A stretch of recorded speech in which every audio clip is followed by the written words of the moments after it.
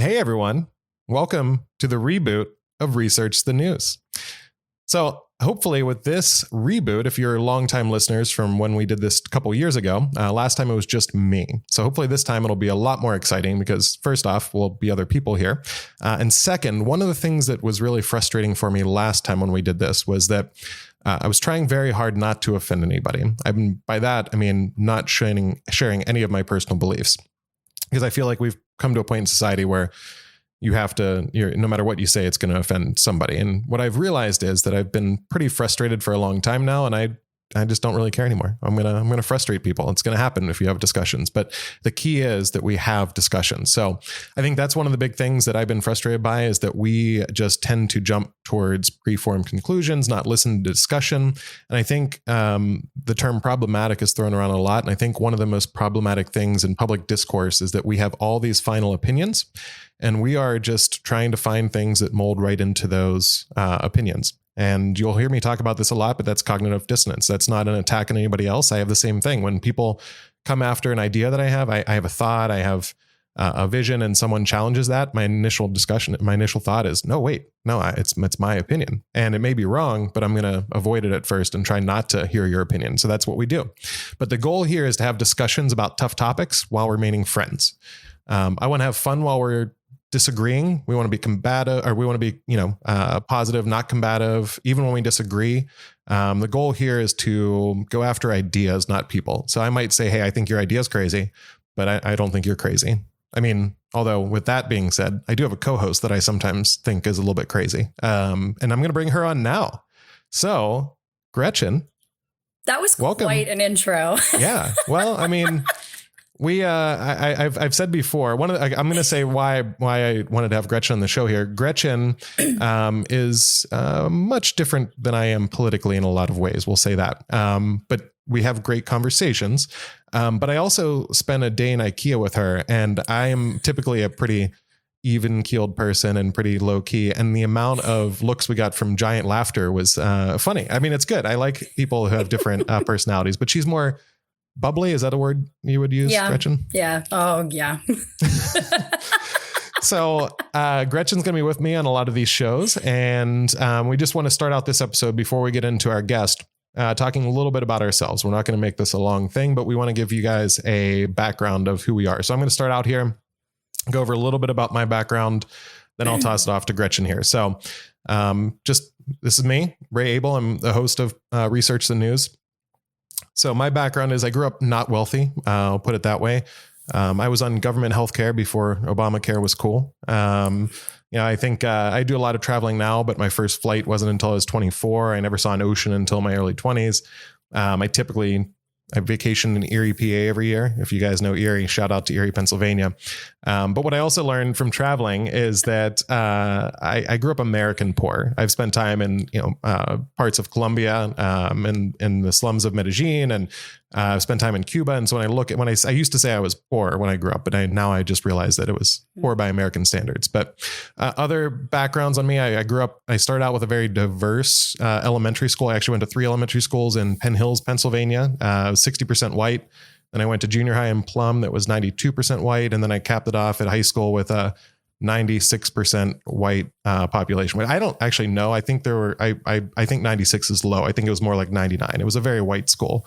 But then I also worked in a nonprofit for a few years, Muscular Dystrophy Association. And there I was actually definitely in the minority from a gender perspective. So there were 15 employees in our district, and I was the only male. So it was a lot of females and just me, which made for some interesting situations. And then I worked in the north side of Pittsburgh for a while, an inner city nonprofit, worked primarily with African-American students, but there were kids of all races. But all that being said, I mean, I've been poor, I've been comfortable, I've been in non-diverse communities. I've been in places where I was the only person that looked like me. My story isn't black and white, and there's a lot more to it, but I don't want to bore you all with it. But there's a lot of nuance there. And I think that we've lost a lot of nuance in general with conversations. And that's what we want to change here, because to summarize all that, when we lose nuance, we let the extremist views shape all of our narratives, and we don't want that to happen. So that's my background. Gretchen, I'm turning it over to you. Tell the viewers a little bit about yourself. My name's Gretchen Hurd.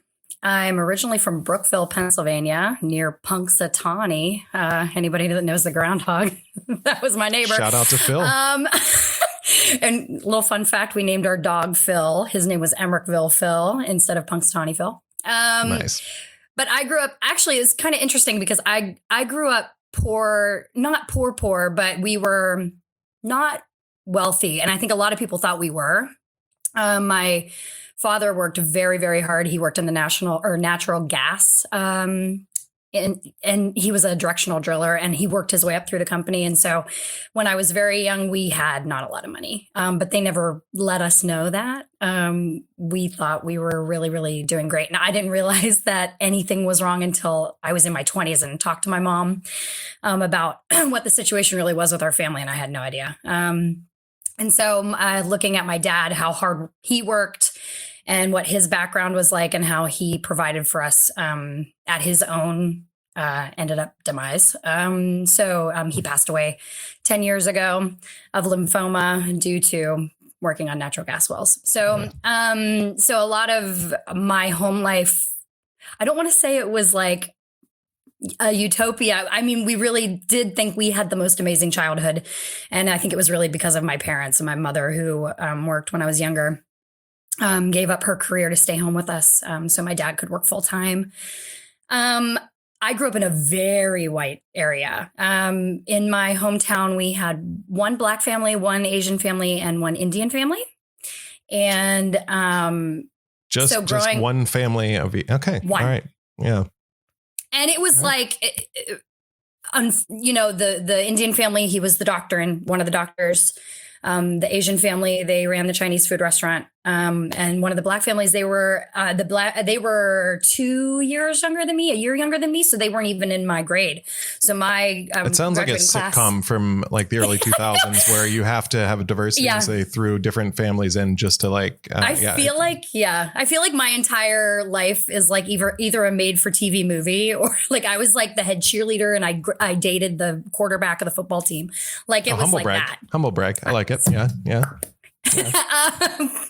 But yeah, so I mean, growing up in that place, which I love my hometown and I love the people I went to school with. I think it really shaped whenever things were happening in that town and I was aware of it, it really did shape my views. When I moved, I went to Slippery Rock University and then I moved to Philadelphia.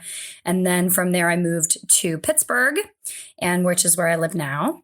And I'm a dancer. So I moved to Pittsburgh to perform with some big dance companies. And in that, worked with underprivileged kids in the inner city schools doing dance classes for them instead of gym classes. So I think being that kind of a positive influence through dance like really helped build my moral character, I think, and exposed me to places and people that I would have never, ever, ever gotten to experience where I grew up. So that's why I dance. It's for the moral ability for me to help people. So, and a little thing, I lived in West Virginia for 12 years, which was a whole other little culture shock. So, shout out to West Virginia. Right.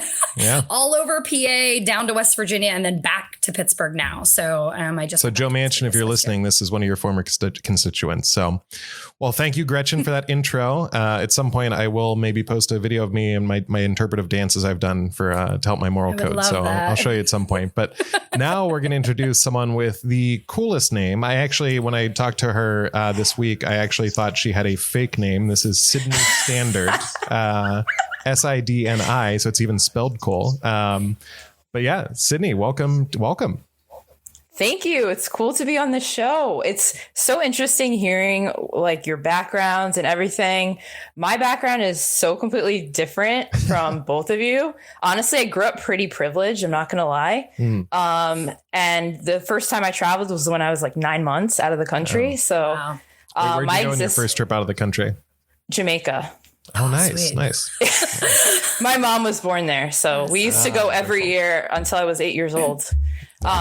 But yeah, no, I just think it's so interesting because I really didn't experience like super hardships until I decided to go off to San Francisco, and like there's no prior planning, nothing like that. And I just kind of went and I fell flat on my face, but I learned a lot and I interacted with people that I literally would have never interacted with before in my life, homeless people.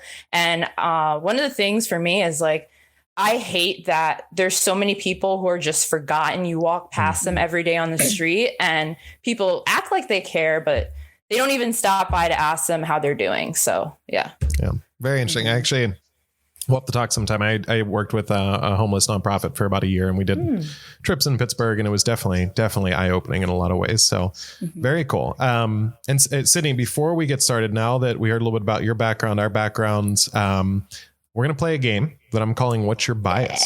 And so we're going to talk today. One of the reasons Sidney is on the show here is because she's connected to Jody Shaw, which if you've been reading this week at all in the news, she's a former librarian from Smith College, and she left and wrote this letter to the school board and said why she was leaving, or the university board, and why she was leaving. And we'll get into what that's all about. But before we talk about that, we want to talk about our biases, because everyone has biases and it's okay, because we're humans. We're all going to be biased some way. And I think the important thing for this show is to be honest about where we're coming from.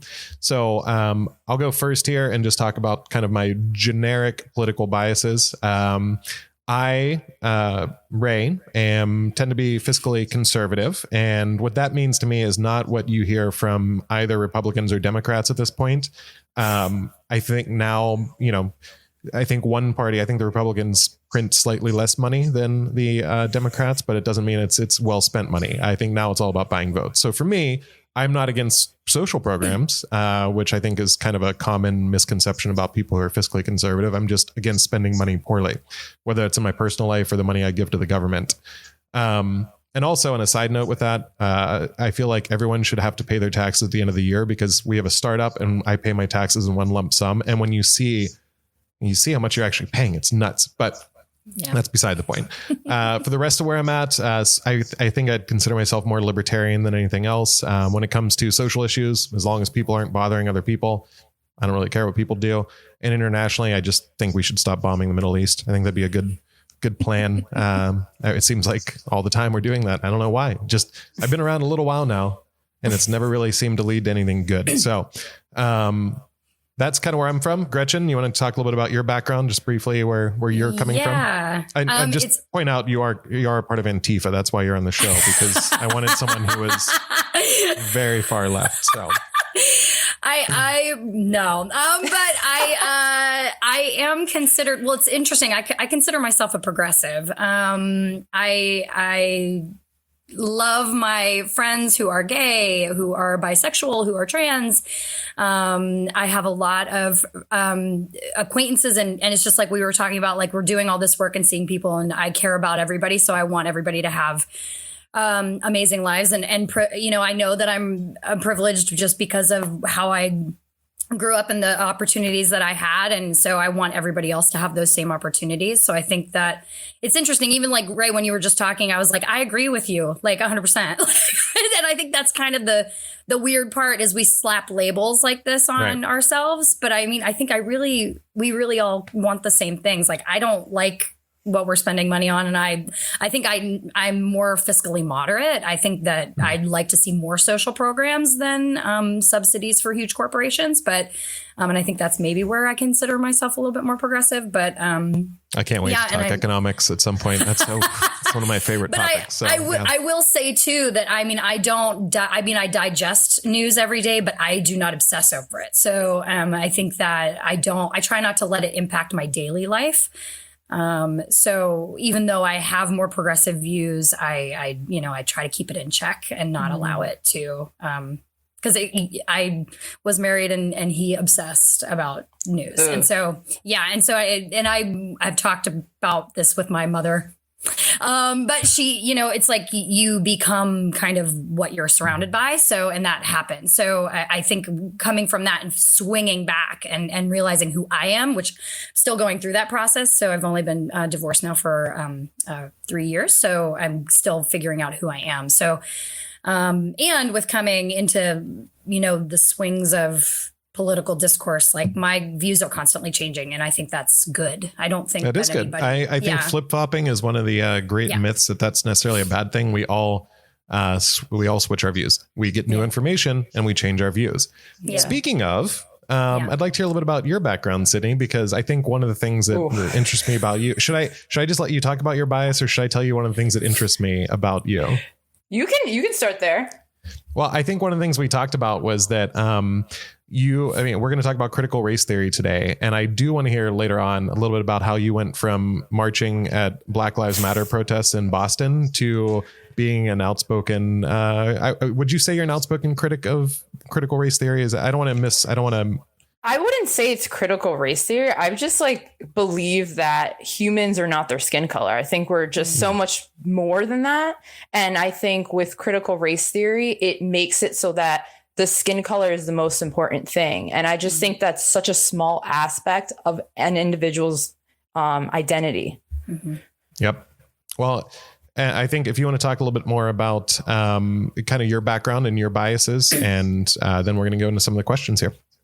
Yeah. So I kind of grew up and, I kind of went with the dominant narrative of okay, yeah, it's right to be a liberal and do all that stuff. So I kind of was just I'm doing that. And then after college and all that, I started to realize that a lot of those values aren't necessarily my values, because conservative values for me is more in alignment with just what has been modeled for me. I had the two parents in my house. Mm-hmm. I had my mom who was there when I was a child helping us. And so that's more conservative. And those are the values that I seem to hold. And especially with regard to what you said about conservative fiscally, I totally agree with that. I think a lot of times what we're spending money on federally doesn't really make sense. And I almost wish that money was going back to the people. So if people wanted to open an orphanage, the people themselves who really have their heart in it can have that extra money that they're not paying in taxes to actually create it. I 100% agree. Yeah.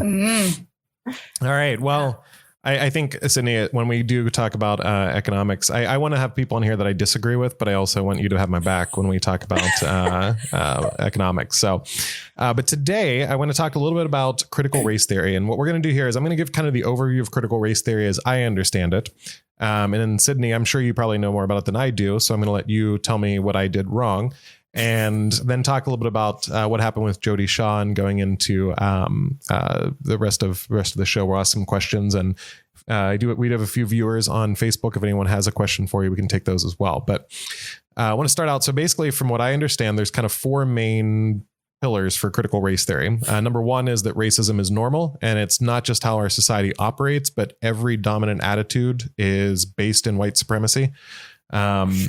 Intersectionality, and just to be clear too, when I say these are actually, this isn't, I feel like when I read them, they sound a little bit harsh, but it was actually taken from a Yale University video. It was a good overview, I thought. And it was actually from someone who was telling how we should be and what the problem was. It was a little weird though that the guy leading it was white and the two people listening to the presentation were black, and the white guy was telling the black people. It was just weird to me. But anyway, this is coming from someone. It's a liberal perspective here. So intersectionality means no person has a single identity. So me as a cis white male, I have a lot of privilege. And when you start getting into Gretchen as a woman, but she's a white woman, so she would have more privilege than Sidni as a black woman. And that's not what I'm saying is here, but that's what critical race. That's what it hails. Yeah, exactly. And interest convergence, basically that any policy that is anti-racist, when you look through history, if you look at things like the civil rights in the 60s, that wasn't because people wanted to change civil rights. It was because people in power wanted to use that to give themselves more power. So basically every anti-racist policy is still based in power, not moral persuasion. And then the last thing is that everything should be centered on the voices of BIPOC folks, Black, Indigenous, people of color. White people should be more or less silent in this. So it should just be Black people and people of color talking, and white people should be silent. So what I miss here? Anything, Sidni? I don't think you missed anything. It's just, I almost wanted to laugh when you're going through that, because it's just so ridiculous. Like telling a group of people because of their skin color, you can't talk. Is that not racist? Like, Interesting Can you we, say that, because I wanted to actually, before we get started, because I think oftentimes people say this is racist or this is something. You use a word for it, but you don't define what that word means. So I think I think to me, it's interesting. Like I think it'd be interesting to hear all of our definitions of what racism is. And what would be your definition, Sidni, starting out, of what racism is? I just think it's when you are discriminating against someone based on the color of their skin. I think that's a good definition. Gretchen? Yeah, no, I agree. Yeah. I think it can go even more into prejudice too, into that realm. Like if you don't want to just like cut it at that, I think it can go much wider. And even when you're thinking of systemic racism too. What do you mean by prejudice? So taking like the color of their skin, but then not giving them something based on that. And maybe taking it further than just like a person to person action, but moving it into a practice by larger groups of people. That would be my thought about it. But so it was interesting to me. I didn't realize the first time in the Oxford Dictionary that racism appeared was actually 1989. And at that time it said it was the theory that distinctive human characteristics and abilities are determined by race. The current definition in the Oxford Dictionary is the unfair treatment of people who belong to a different race or violent behavior towards them, and the belief that some races of people are better than others. So I think we all have pretty much, I mean, that I think that sums up my view of it as well. I think when you're treating someone based on the color of their skin, I think that to me is racism. So by that definition, Sidni, I tell me more why you think that this is all like this critical race theory is racist. Because a lot of people would say that you can't be racist against white people. That's a pretty common saying. So do you disagree with that, I'm guessing? Well, yeah, I disagree with that because, I mean, you guys spoke about your backgrounds coming up, right? And one thing that you actually mentioned to me on the phone the other day, and I meant to say it when you said it, but we started talking about something else, is like you said, if there were two people, there's a white man and a black woman who are up for the same job and they had the same qualifications, I would hire the black woman. And I was immediately thinking about myself. And now I know your background. And I'm thinking like, I had so much opportunity growing up. Like I've had a great family, I've been to really cool places in the world. And I live in a nice place. Like I've never lived in like a really for lack of a better word, crappy place. Right. And if I didn't work that hard to get somewhere, let's say my dad or something called in and I had an interview somewhere, and then you're the other person who goes up and you've worked so hard. You came from where you came from and you're up for this job and you're here, we both can present ourselves well. I would hope that the person who actually works super hard to get there would be the person who's hired, not the person who's a diversity hire. And I think that's my issue with critical race theory, is because it almost sort of sums up everyone's identity as their hindrance to success in society. And we don't think about maybe that person was lazy.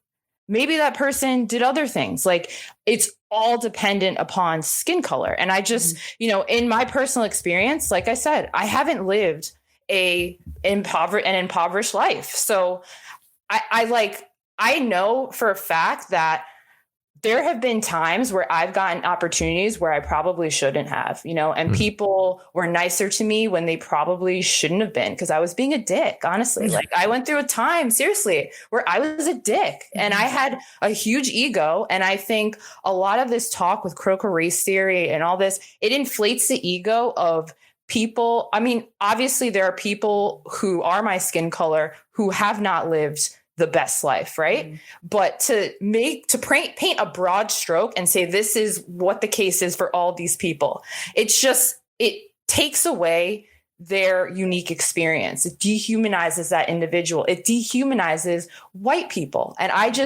have such a heart for humans that I would never want to chalk everything up to what you look like, because what's your heart like? What are you working towards? Like, I want to know who you are. I look at your skin color. I'm like, okay, what else is there?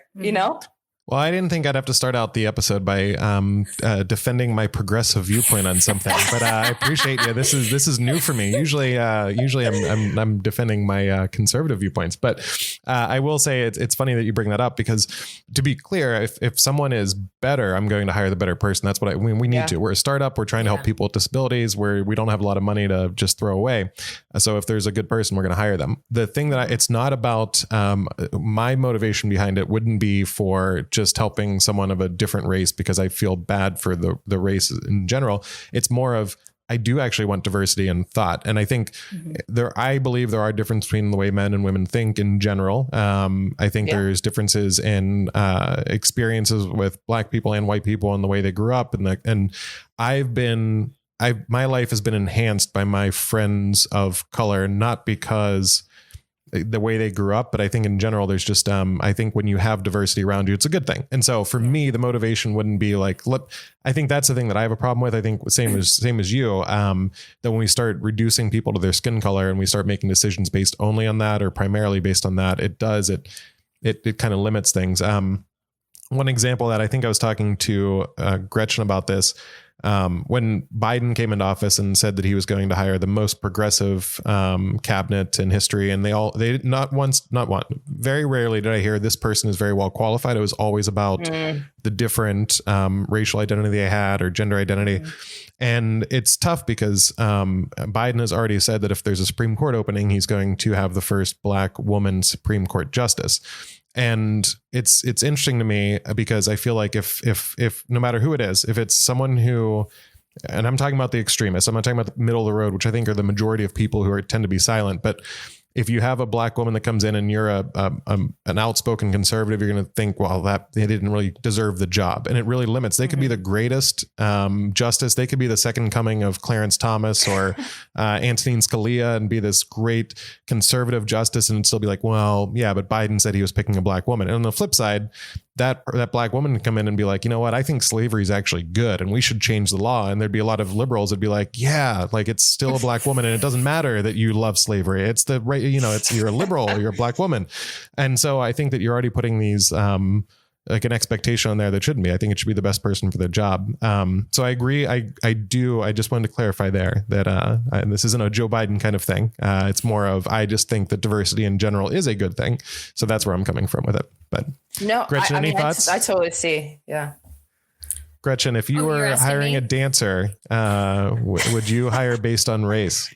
It's interesting. I mean, well, what we're kind of going through right now in a lot of dance, money is being thrown more in the arts towards African Americans and the getting their art out there, just because it has been a white dominated art form for so long, especially Pittsburgh area. So I'm like kind of living it right now. So it's there's more opportunity, but I am wonderfully happy about it because I think I don't know, I guess it's just because of the art form that I'm in and seeing the progression of it. And I'm at the point where I'm not performing as much anymore. I think probably if I was performing more and I wasn't getting hired and this was the reason, I probably might have a different opinion. So that brings up an interesting question. I was watching a video when I was watching about critical race theory, and there's a woman, Kemi Badenoch. I may be pronouncing her name wrong, but she's a part of the English Parliament, and she did this video about critical race theory actually in front of Parliament. And one of the things she said, and this is going back to what you just said here, Gretchen, about historically it's been underrepresented.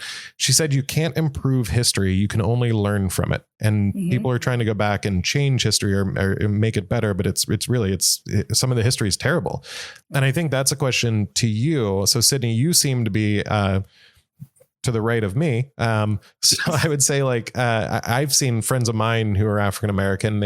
I definitely have had a different experience. Like I know that, yes, I did grow up. There's friends of mine that grew up in a lot better household than I have, better families. They've had those advantages, but there are still a lot of things that I don't have to worry about as a white man, that I have. Like what? So, I mean, getting pulled over is one of those things where I have, and I'll just put it this way. This isn't the generalized, all cops are bad and the entire system is racist, but I know that I have friends who grew up in really great households and have a fear of the police. And this isn't because of, the way they grew up or the neighborhood they grew up. They grew up in really nice neighborhoods with good cops, and they are afraid to get pulled over. I got pulled over twice in 2 days last month. And both times I got out of the ticket. And it was like and we were laughing, we were joking. And I just, that's something that maybe that's me being biased by media, but I know, talking to my friends who are African-American, I don't think that's a general experience of my friends of color who get pulled over, where you get let off. And then I think overall my record's about 8 for 10 in my life of getting off of speeding tickets or other traffic tickets. So it's a pretty different experience. And I guess my question to you is, have you experienced firsthand, racism, growing up or currently? Is there something that, do you think there's actually some differences there, or is it all kind of a media narrative? I think a lot of it is definitely a media narrative. Cause I'm sure that I've been in racist situations, but for the most part, if I was having any sort of discomfort, it was more so what was going on in my own head. And like how I was thinking about the situation. And if you're thinking that a situation is going to be really bad, it probably will be, especially if you're putting all this energy into those thoughts. That's what's going to happen. And I know for myself, I've never really thought about racism like that. Like I've never been like, oh my gosh, these people are going to hate me because of my skin color. It's never been like that. If anything, it's been like self-hatred that I've had because of stuff that I've seen in the media, and the fact that I didn't grow up in a predominantly Black area. I grew up in a predominantly white area, and me having these thoughts and feelings that, oh my gosh, I'm not good enough because I'm not white. But that was me, right? That was me projecting onto the world, which was then projecting back onto me. And as soon as I started to change my own perceptions and beliefs about myself, my world started to change. I realized that people are just, they're just chilling. Like they're just going about their days. They're mostly nice. I haven't had a bad situation with the cop ever, actually. And I know that my dad has gotten off of speeding tickets. He's a nice guy. So I think it's all about the energy that you're bringing into a situation. And I think if you look at any of the cases that have been made public in the past few years, the energy that many of those individuals were bringing into that situation was a negative energy. So it was only going to escalate. Like if someone pulls me over and if a cop pulls me over and says license and registration, okay, well, I'm going to have to pull out my license and registration. Like, I don't know what the issue is. Like, even if I think it's unfair or whatever, I'm just going to do what's said. And you know what? I'll either get a ticket or I'll be let go. And I've only been pulled over once, but that's been my experience. So for you to, and I guess that's two people that you spoke to, but again, I think what gets lost here is even if it's two people that you speak to, I like saying Black, I think African-American, like I know for myself, like my mom was born in Jamaica. My dad was born here, but his family is from the Caribbean. They came here through Ellis Island. So I have like a very clear connection to my background. And I think this is another issue, right? We wash over a lot of people's lineage, and we assume that if you're Black or African American, whatever, that you came here on the slave boats. And there are a lot of people from Africa who literally are from the African continent who come here, and they do better in America than the people who've been here. And why is that? It's the work ethic. It's the culture that they hail from. This is why I think a lot of these racial categories and a lot of these broad strokes that we paint don't actually help anyone. No, I agree with you on that. And I think, I think even going back, it's one of those interesting stories to think about the history of America and South America. And I think, South America has a very similar history with slavery and with the indigenous peoples versus Europeans who came over. But one of the things that seems to be great about South America in general is the fact that there was a documentary called Cuba Libre. If you ever get a chance to watch it, it's about how Cuba struggled through 8 different dictators to try to get their freedom, and it never seems to happen. They always have this ability. But there was a guy in there that talked about the Black Cubans, because the Cubans, there's some white people that came over, there's Black people, I think it was about 5% of the indigenous population were left, but he said, there's no difference. He's a scholar. He said, there's no difference now in Cuba. We're all Cubans. We're not Black Cubans. Yeah. We're not Afro-Cubans. We're not. And he said, from us, like it's all formed a part of who we are as Cubans. And he said, specifically, it was like, because of the Black Cubans, we had the people who came over on slave ships. They helped build this country, and they built a lot of our culture with dance and music. It's become a part of us. And I think it's a great outlook in general. And I think that's one of the things that, when you look overall, to me, critical race theory, I think, is assuming the worst to everybody. And I think there's the whole idea of, I'm trying to remember the other term. There's also another term that's basically post-racism. That's it. So post-racist theory is that eventually we'll get to that point where, like, South America is, I mean, they still have issues, but in general, it's like, we are now South Americans. We're Brazilian. We're Cuban. We're not African American or Afro-Cuban. We are Cubans. And to me, that's one of the things that's tough, because we talk a lot of times about being progressive, and Gretchen mentioned that she's progressive. And I think that when you look at a system that says this is all the bad stuff, and this is all inertly racist, and everything's racist and everyone's terrible, that seems regressive to me. Whereas let's try to shoot for moving forward. And I know there's issues. That's the thing. Like it's one of the, I forget which judge said it in the Supreme Court case, but they're talking about pornography, and they said, I can't really define it, but I know it when I see it. And there's been times where I've seen things that I'm like, okay, that's racist. And I know I've lived that and I've experienced it. But at the same time, I know from when I was younger until now, it's gotten a lot better. And I feel like we have, I mean, I think part of the problem I have with liberals and conservatives, when you go to the extreme views, is that a lot of times liberals kind of want to focus on, here's the bad, here's the history, you're never going to overcome it, everything is inherently bad. And conservatives are like, well, that was a long time ago. And then I'm like, well, we actually had segregation until like the 1960s. So it's not really that long ago. My grandparents were alive. Actually, my dad was alive. So it's not that long ago, and there's things that need to be fixed. But I think the goal should be not, let's focus on all the terrible things. Let's focus on the fact that, there are countries that have done this well, and there's countries that don't look at it as different racial backgrounds. We're just Americans. And I don't know, that's the patriotic side of me. Like, after something big happens with a country, I remember 9/11, we came together and we were Americans. And I think that's the last time we've actually been Americans. It's been 20 years now, and we just keep dividing. But I think with that being said, you did tell me you marched at like BLM protests. So what made you get involved in BLM protests and in that mindset? Because I also think, going back to Smith College, you had talked about how you said you were indoctrinated into that whole viewpoint. So do you want to talk a little about your background with some of the BLM protests and with some of your, as you called it, indoctrination?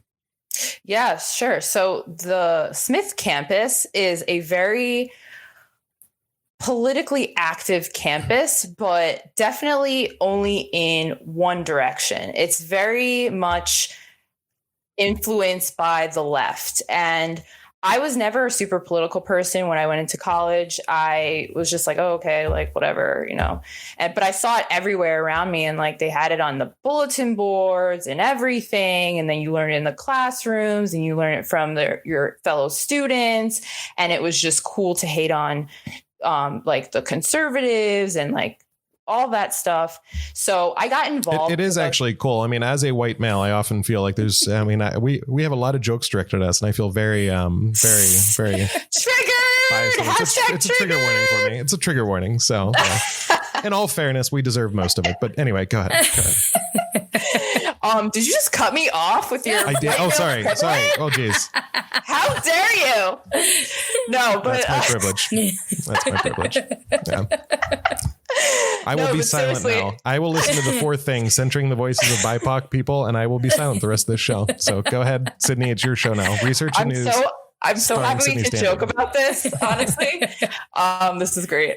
But so I got involved, and then I was in this class, and, there was all that stuff going on with the Mizzou campus, and there was a lot going on in my personal life. And I ended up just being like watching the election that night in my dorm room with some of my friends, drinking wine. And I remember, like, as the vote starts rolling, we're like, no, the whole campus, kid you not, was it was like a massive mourning. Everybody was in black. It was just like, you would have thought the world ended, but it was just that Donald Trump was elected, right? So I went down to Boston and I was like, hell no, he won't go, whatever the chant is. I don't even really remember.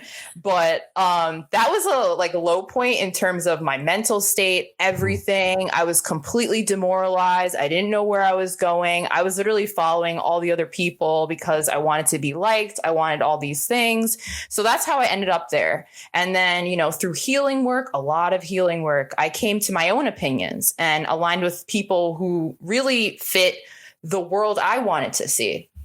And that's kind of how I was there. Wow. Well, I feel like this is twice now on this show, though, after that dialogue there, that I felt I never feel uncomfortable. And when you asked me about racism and you had a look in your eyes, it was like an angry look at me. I was like, I feel a little uncomfortable. Now I got to hit this. I got to answer this properly. And then even though I knew you were joking, there's still part of me like, oh no, I just interrupted her. Like, what am I think I just got canceled. Sidni just canceled me. So good job already making me feel very uncomfortable twice. So it's very rare that people can do that. But that's where you get the juice, right? You have to get people in an uncomfortable place. I like when people make me uncomfortable because I'm like, all right, how can I spin this and do something? Make a joke? I don't know. So now we actually have a question coming in from the audience here and talks about equity. So there's a new term going around, equity versus equality. I'd be interested to hear your definition of it, because I think Gretchen and I actually just talked about this recently, kind of on a side note, not specifically in relation to this conversation, but we just talked about this. Yeah. What is your thoughts on the difference between equity and equality, and where do you stand on that? Because that is the new buzzword right now. And I don't think many people know what the buzzword means. Honestly, I've been trying to figure this out because I had a conversation with my mom and my sister, and they were like, equity, we want equity. And I'm like, I don't even know what you're talking about. So I'm probably not the person to ask. I mean, have you seen the cartoon of the equity versus equality? Yes. Where they had the three boxes. people. Yes, and then, the boxes. And if you guys haven't seen the video, or go ahead. No, I was going to say that it was funny because I saw another comment on that, and they were like, they all didn't pay for the baseball game. They were all trying to see it for free. I never thought of that. Wow. That's actually for the audience. If you haven't seen the cartoons, basically three people that are all standing on a box trying to look over a fence at a baseball game. And one person is shorter, one person's medium height, one person's tall. So even though they're all on a box, they still can't see. And equity, so that equality was giving everyone the same box, whereas equity is having one of the boxes be higher so the shorter person can see. That's an interesting perspective, that they're all trying to see something they didn't pay for. My first thought, as someone who does tend to be someone who leans libertarian, was like, why don't we just get rid of the stupid fence? I think that's just a representation of, all right, so why are we putting the fences there? Why don't we let just people have their own abilities to overcome things instead of saying, here's a box? But basically, to me, the difference between equity and equality, the way it's being promoted, and this is my view on what it is that equality is making sure that everyone has the same opportunities. Equity seems to be, if you are someone of color, the assumption is that you had a tougher time in life, and so we're going to give you more. So it's kind of, what was it? Title IX. What's for education? There's the whole. This is really killing the podcast right here. Someone's going to help me out with this. What's the term? There's a term for when you're helping people based on race, and I forget what it's called, but it's something similar to that, where we're going to give you advantages because of your race or because of your gender. And so not equal opportunity. I'm going to skip past it, and I'm sure everyone out there is yelling at their microphones and their affirmative action. Affirmative action. Boom. Yes! Thank you. Sidni gets the point. Why was I just here like, what? I don't know. Sidni gets the point. I was trying so hard. I was like, And I think one of the things I have a problem with that is in general, I think that what it seems like we're trying to do is switch from equality of opportunity to equality of outcomes. And that's always going to be difficult to me. And I think I'd actually like to hear Gretchen's point of view on this one, because I think that's a big thing where for a lot of times, even when I look at engineers, a lot of people will say, how many women have you hired? No, we haven't. We hired one woman, which we still haven't hired that many male engineers, but we had one woman who we had to let go quickly because she was just bad at her job. But people are like, well, you should be when we get interviews, when we do job postings, we'll have 70, 80, 90% males come in. So it's something where like, I think right now we're trying to do all these things where it's like, well, we need to hire females, but it's like, well, we should really be focusing on in childhood education. Let's focus more on STEM for women. That's the thing for me, where it's like, we can't fix the problems we already had. It's just like what, that woman said, it's tough you can't improve history. You can only learn from it. So my view is, okay, let's start focusing some of that funding on, early education for women and encouraging STEM programs, instead of saying, all right, well, you need to hire more women engineers. It's like, well, if we had more engineers applying, we would do that. But Gretchen, I mean, I'd like to hear your view, since you're clearly the more progressive one of the three of us. What's your view on opportunity, equity, any of the things we just talked about here? I feel like it's such a heavy topic, because when you look at, I taught at a college, I taught at many colleges for a long time. So I was seeing a lot of students come in that didn't have the opportunities, and they wouldn't have been able to be there to better their lives if they wouldn't have had the opportunity. And nobody was turned away because they got the opportunity. So I think my experiences in watching students get the opportunity to come to school, and seeing people helping them through the process to help them learn and grow. I don't know. I think it's kind of shaped my opinion to maybe I like the idea of giving people opportunities when you know that they haven't come from a place, and so these students were coming from inner city, big cities in Maryland, Baltimore and stuff like that, where they come from schools where they weren't getting the greatest education, but they came on like a football scholarship, and they were getting an opportunity to come to a college that was a really, really good college, and having mentors within the college help them through and navigate education on a level that they had never done. So I think watching students go through that, I feel like people getting an opportunity that they wouldn't get is really important. I know it's like the equality versus equity is a hard thing to navigate, because it's like, how do you judge somebody that has maybe like Sidney, that had all these opportunities, and you don't know. So it's like, do you ask that? You can't really ask that. So it's like, why can't you though? Ask that, yeah. Why can't you? I think most people would be like, oh, poor me. If I'm going to get a football scholarship, even if I wasn't poor, or if I was going to get some kind of scholarship, I'd be like, oh yeah, I was really poor. Just give me that money. Yeah, right. Yeah. I have friends now even that are really against the whole bailout, and they're like, this is going to bankrupt us, but how do I get my money? It's like, that's what we do. We're all selfish people. But I think one of the things you said there, Gretchen, I think that to me, I think, again, I look for solutions that are long-term. And when I look at oftentimes, whether it's Democrats or Republicans, they're all Band-Aid solutions that don't really fix any problem. And I think the key word to what you said, where I think there's the common ground in different viewpoints, is mentorship. And I think that's something for me that, if it wasn't for the mentors in my life, I didn't have the opportunity. I had a grandfather who was amazing. And I had a few other people in my life, one woman in particular and two men that just have really bought into my life and taught me a lot. And if it wasn't for them, I don't know where I'd be. And even my best friend and his family, they are an amazing family. They are just, I look at it and I go, wow. I actually asked him, we were on a phone call with some of the family a couple of weeks ago. And I said, afterwards, do you ever fight? And he was like, ever? And he was like, I don't think so. And I was like, are you kidding me? My family, it's like, if we could make it through one holiday without 7 fights, it's amazing. And it's like, so I have these people around me that have had really great experience, and I'm able to learn from them. And I think when we go back to what we initially talked about with, fiscal responsibility, to me, it's not avoiding spending money. It's all right. How do we find mentorship in high schools, and how do we start at an early age and not say now, okay, let's fix the problems by making these opportunities here. If we're going to give people mentorship and actually help them, I'm all for that. But if we're just saying, all right, we're going to try to fill these boxes and fit these quotas, that's where it gets a little bit tricky for me. And I think we have to start that, though. It's more of a long-term solution, is starting it in elementary schools and high schools. And a lot of the kids I worked with, at the nonprofit I worked at, they didn't know how to open up bank accounts, and they didn't, stuff that I didn't know how to do either. If it wasn't for my grandfather, it wasn't for people who bought into my life. And I think that's something that should be taught in schools. We should talk about life skills. We should talk about having mentors in schools. And on the financial flip side literacy. Yeah, exactly.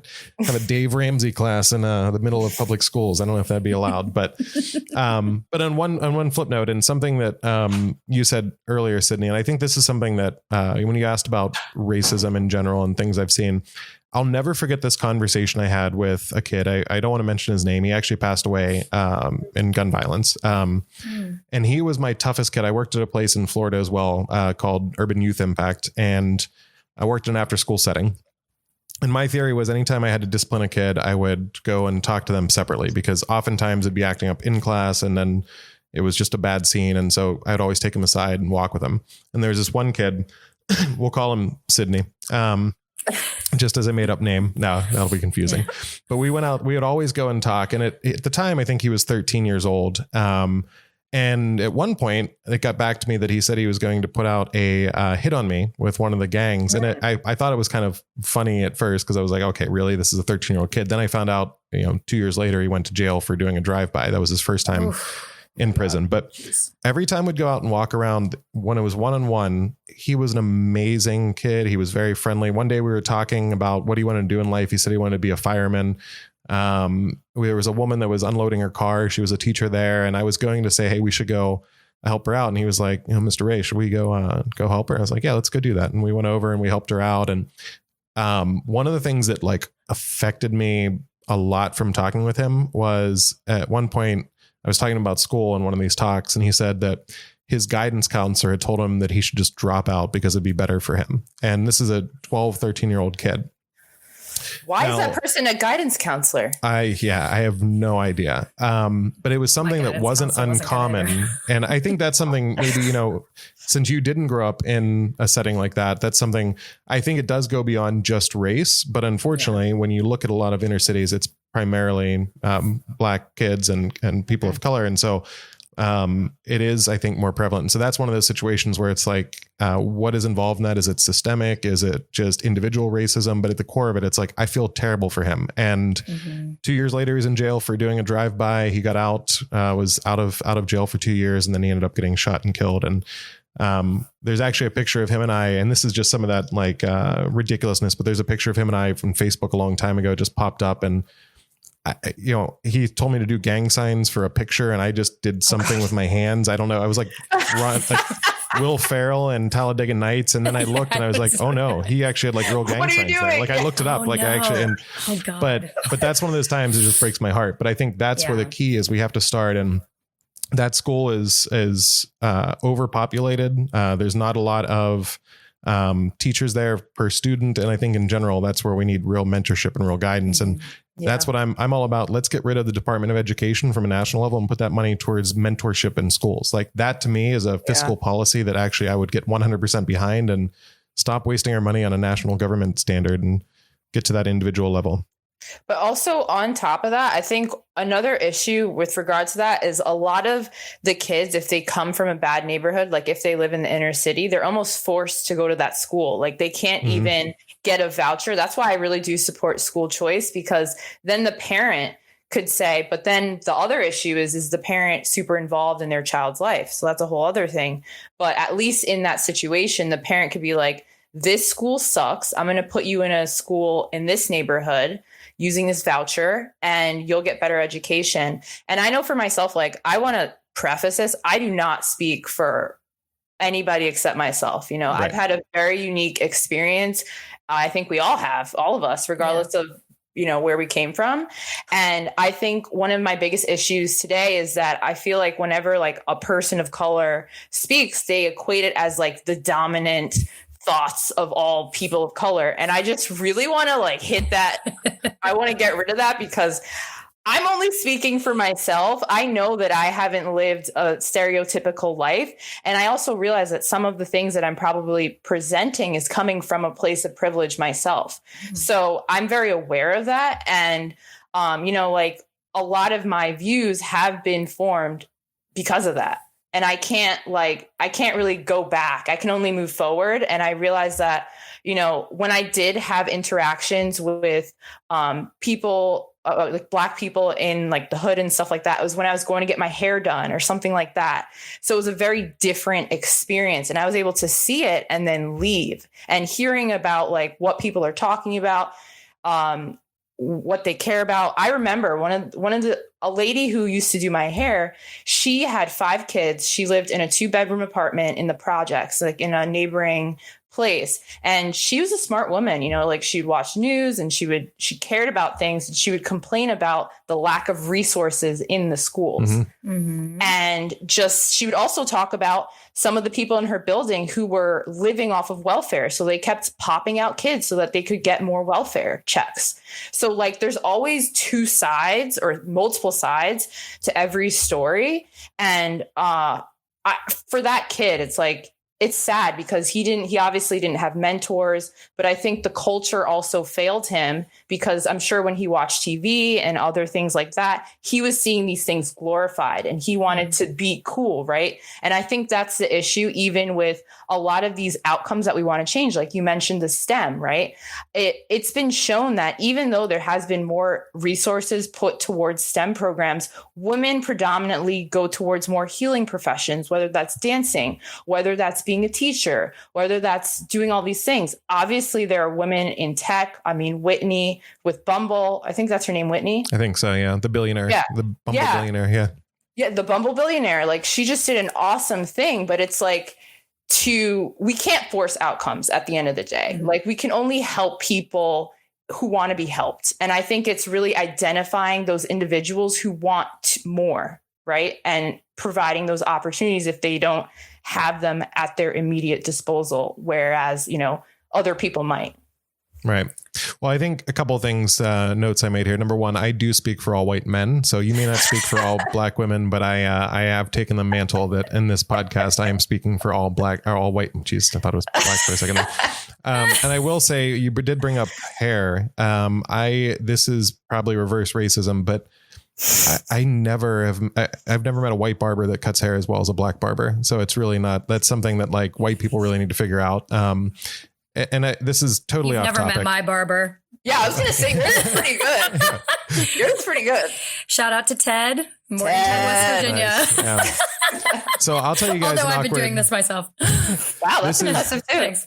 This is off topic, but this is, I feel like this is an important thing to talk about right now when we talk about race. I got to tell you, I've never felt more uncomfortable as when I was at a barber shop and I saw there was 2 white guys, barbers, and 1 Black guy. And every time I saw the Black guy giving a haircut, it was so much better than the guy that I went to go see. And I decided one time to switch to go to that barber. And I've never cheated on anyone, but I know how it feels now and it's like sitting there in that barber chair while the other guy was like, "Oh, I'm ready for you." And I was like, "Oh, actually I'm going to him." And the look on his face was like, I just broke their heart. It was amazing.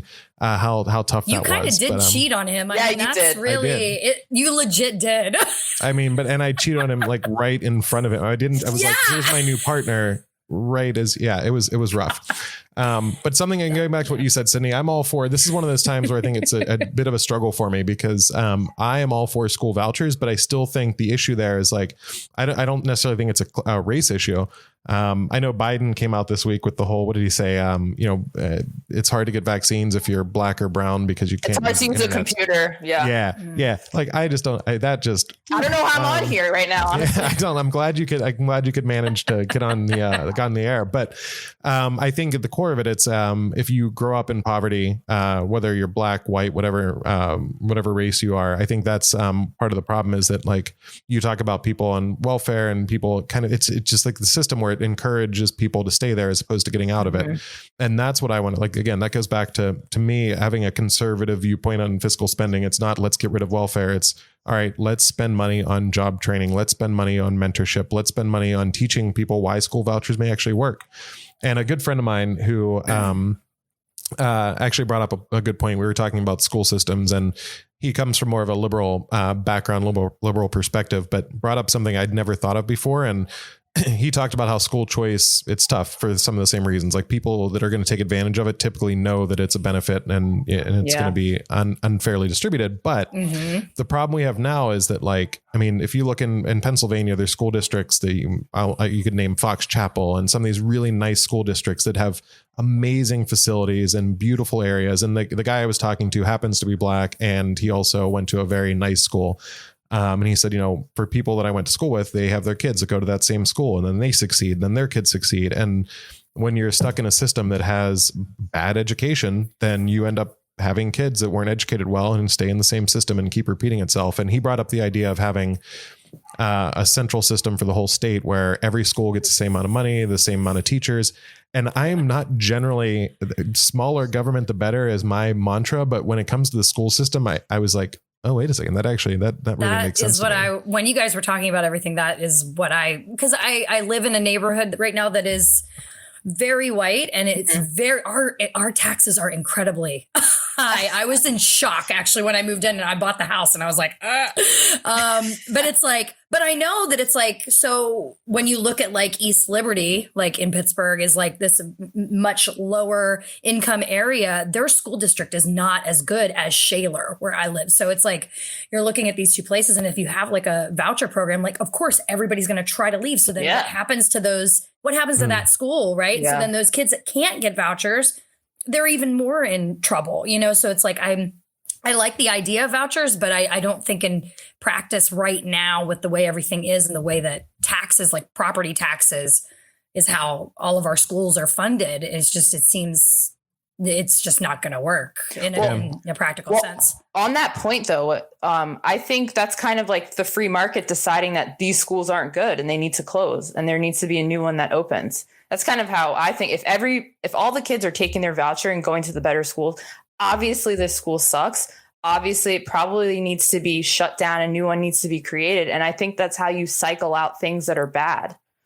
I wonder, I'm though, with like, you, why except for the fact that, yeah. I mean, number one, why does it suck? Probably because they aren't getting the funding. And the problem is those kids that are caught up in that in between. It's like, I'm all for. I did not think I would be the, I didn't think I'd be the middle voice here. I thought it'd be more of a have to tone down my conservative viewpoints. But I feel like the problem with that, to me, when it comes to kids, like there's something about me that I've often talked about with people will talk about that I have empathy and because of the way I grew up, but I have a lot of empathy for people who don't know how to do better or are trying to get better and just fail. The kids I worked with at Urban Impact, anytime, if they kept messing up over and over and over again, I didn't care as long as they're trying to get better. But I don't have a lot of care and concern for people who just aren't trying. I managed to find my way out of tough situations, and it doesn't mean everyone can, but I work with people with disabilities. That's not a choice. It's something that happened, and I want to make sure that we help them. But that's my heart goes out. And we had actually talked about this when our brief conversation on Friday. I mentioned something about how some feelings are involved in political decisions, and to me it's mostly logic and a little bit of feelings. And you gave me a look, kind of like you did earlier on this call today. But I think that's the part where feelings come in for me, where it's like, all right, well, I totally am a free market guy. I think that's the way the economy should run. But when it comes to those kids, like I would feel terrible for like, all right, well, let's just wait. Like the kids that are left, they'll struggle. So I think that's where you got to try to find a system that fixes it from the beginning and weeds out the problem. Because, if all the kids leave and go to the better school, then all those kids that are left are going to have even worse educations, and it's tough. Yeah. So it's a tough topic. And I think this is good that we're talking about it. Yeah. Well, that's why I was saying like the school would close and like those, the students who are left, they would go to better schools. Basically, that's what I'm saying. You'd weed out the really bad schools so that no kids would have to be in them anymore. I think you just went with no kid left behind. I feel like you should be part of the Bush administration. Yeah. Yeah. No, I'm totally with you. It's those kids that in between, like those schools aren't going to close automatically. They're going to be some kids are left over. And that's, I think logistically, logistically it would be a difficult. Like I said, that's where my heart always goes out for them. That's I just want to show on this podcast how empathetic I am. And just like Gretchen's humble brag earlier about being the head cheerleader. Yeah, no, I'm definitely not Antifa like you, so that's not. Oh my God. That's not where we're going. I'm not getting Antifa vibes. I have to stick up for Gretchen here. No. I'm not getting those vibes. I'm pretty sarcastic, so I feel like that's something I should have said earlier in this show. He gives me a lot of crap. Yeah, I'm just trying to stick up for you, Gretchen. I appreciate it.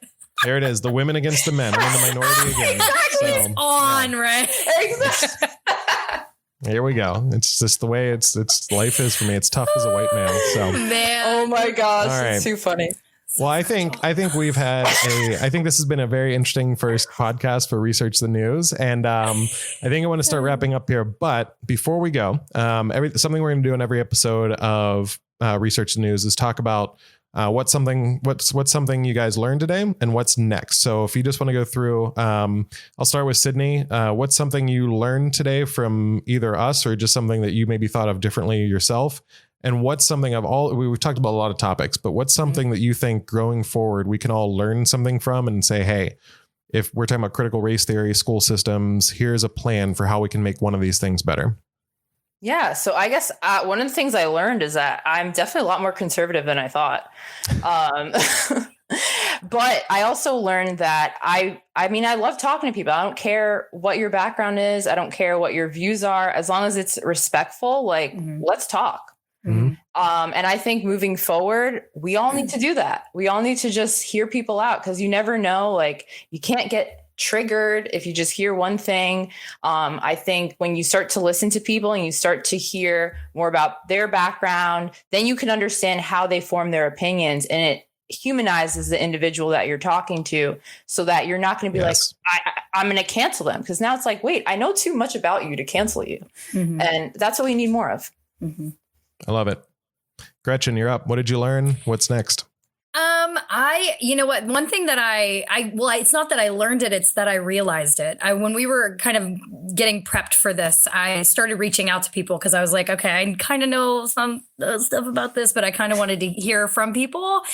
And I think we go through, especially social media life, you're seeing things and you're digesting the stuff that you keep seeing, but you stop connecting with the people that are writing it. Mm-hmm. And I started reaching out. And so I have a friend that went to Smith. One of my former students came back and he's a mentor at the college level for Black students coming. So he was the guy I was talking about. And so reaching out to people in my own sphere. But even then, some people that I don't necessarily 100% agree with. So there's people in that group that I can utilize and hear more from them. And I agree with you. I feel like when we get online, we lose humanity with people. And I've taken a step back from Facebook. Well, first of all, Facebook, but I've really taken a step back just because I was losing faith in people that I was coming into contact with online, just because even my people that I love and that are a lot like me, just because of the way they spoke to people. And I think it's when you're online, you lose that humanity and you can't hear when someone's being sarcastic. Right. There should really be, if there's one thing we can do next, it's to make a sarcasm font. So I feel like that would be, that'd be great. That'd be really helpful for me. I would, because it would happen to me very often. I would be really sarcastic with people and they would get so mad. I'm like, oh my gosh, I'm kidding. Oh my gosh. I'm totally abort. Yeah. So, but okay. So going forward, I want to make a sarcastic font. I think sarcasm. So, geez, I was going to say humanize people, and then Sidney stole that. Yeah. And then I threw the sarcastic font out there too soon. So I will say that what did anyone learn? I mean, the thing I learned the most is that people can still make me uncomfortable. Sidney, I think you should be a teacher because you have that look that can make, I feel like you'd be a good teacher. That look right there. There's not many times I feel uncomfortable, but I think going back to what you said though, you've never made me mad. I also get that look because I'm sure I will. We have plenty of time. So I will say though that I think growth comes from being uncomfortable, and I think that's the same way when it comes to. I mean, even comedy today, it's just it's so watered down and boring. It's not edgy. There's nothing. I feel like we grow in the uncomfortable moments, and I think that's something that we're really missing. And even me, I mean, that's something that I will actually leave here, and that's probably something I'll think about, that interaction and say, what made me uncomfortable, and I think that's something I'm going to keep going with. That's what's good. next is the sarcasm font. For sure. Let's get a petition going. Yeah. It needs to happen. We have to do it. I think we'll write to Apple and we'll tell them that they're racist if they don't do the sarcasm. They'll do it immediately. We're also going to finish up here. Just one good thing. We want to make this quick. Just something that people can, fun fact you may have learned in the past week. Just one good thing, because I mean, oftentimes in these conversations, they may get tough. Today was fun, but I'm sure there'll be some tough conversations, and we're just going to end with that. So, anything you want to end with on a good note, Sidni? Anything positive for people to check out, or anything interesting you've learned this week outside of this? I will say it's always darkest before the dawn, and it's been pretty dark. So what we have to look forward to is the dawn. Also, the days are getting longer. Yes. Summer's approaching. So there really is so much to be happy about. And the best thing about everything that's going on right now is what was in the dark is now being brought to light. And that's how you solve issues, is when you actually know about them. I love it. Gretchen. No, I don't have anything to add to that.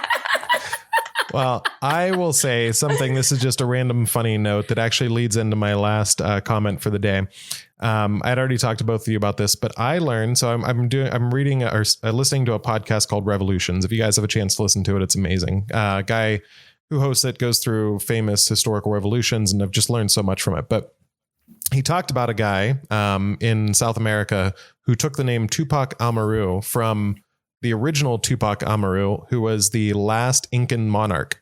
And so I was like, wait a second. And he didn't mention anything about Tupac. I'm sure this guy probably doesn't know who Tupac Shakur is. Apparently he's a historian and not up on culture, but I looked it up, and apparently something else new I learned was that Tupac was actually born Lasagne Parish Crooks. And then at age 1, his name was changed to Tupac Amaru. He was named after the last Incan monarch because his mom, Afeni Shakur, was actually a Black Panther and wanted him to have a revolutionary name. So not only was he named after this monarch, but he was named at 1 years old. He was changed over to that name. So that's my interesting fact. I love Tupac. I think he is the greatest philosopher in the 1900s. And apologies to Jody Shaw, by the way, because we didn't actually talk about Jody Shaw, and that was kind of the whole point of the beginning of this. But I do want to end. Shout out to Jody, though. Shout out to Jody. Maybe we'll have Jody on in the future. In the last version of Research and News, every episode I ended with a Tupac quote, and I wasn't sure if I was going to keep doing that, but I think going back to the greatest philosopher in history, I think this is actually a good quote to end this with.